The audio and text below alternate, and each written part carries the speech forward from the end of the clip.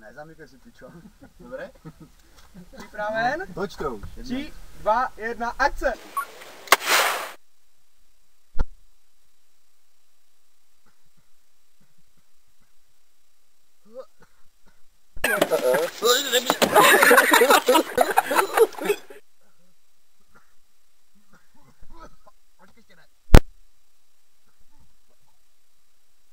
Tak to je nuda, on už je zvyklý.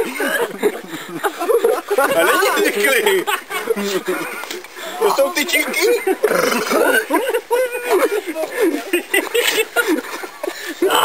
Tomáš, jak se cítíš? Interview pro denního věžce? Otevři tam dveře. Čo to?